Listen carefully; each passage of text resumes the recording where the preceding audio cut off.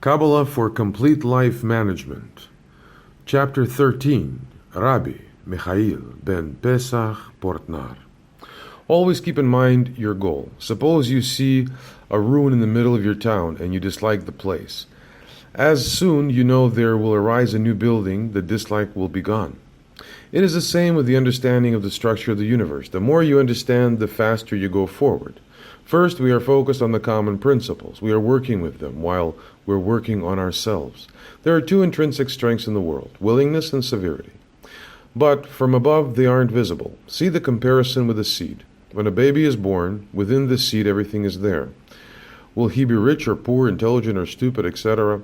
But there is an exception. It is not inherent in us to be a crook or a saint. Within the program, there is a missing link. Will he bring himself in agreement with the laws of the universe or not? Don't think he who is more intelligent goes faster. Intelligence has nothing to do with working on yourself. Every person can change himself and come to his finish. Try to read not only the things necessary for study, also what gives you life. The intention is to come directly in contact with above, with less distortions. The true reality is the middle line, the true way to live in the now, to go from your intellect to your feeling and otherwise. In a way, your personal way seems to be specific and disconnect from others, and though everything goes in one direction, the fulfillment of whole mankind. When you come to the training, leave your earthly worries behind. It isn't because we do things automatically. We are slaves of the outer. But remember, it is you who can make the choice.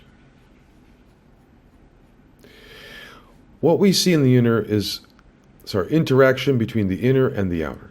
What we see as the inner is everything that is higher with respect to the lower, and what is lower is the outer. The higher step lets down his lower outer part, while the lower step wants to be in agreement with the higher. It works with his inner part. It is the outer part of the higher, what comes in the inner of a lower step. There is a principle. If you want to achieve the good, you want life, always go within yourself to the lower parts of your higher, and become aware of this within yourself. Feeling and intellect have to be as one, not only in the thinking or in the feeling, but there has to be the experience that both are integrated within you. When there is only the understanding, your intellect is not complete.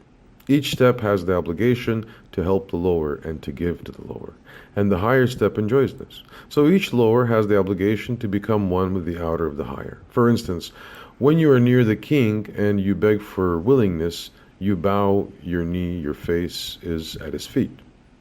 It is the same with your inner with respect to your higher step of your inner being.